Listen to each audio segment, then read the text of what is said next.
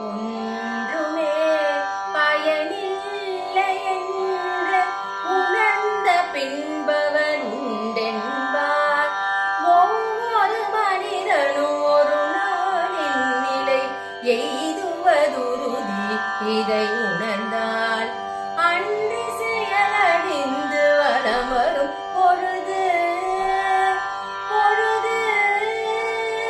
அன்று செயலறிந்து வலம் வரும் பொழுது சிவன் பேராவில் வாராதே. ஆதலினால் மனமே என்று சிவநாமம் சொல்லி பழகு பழகு.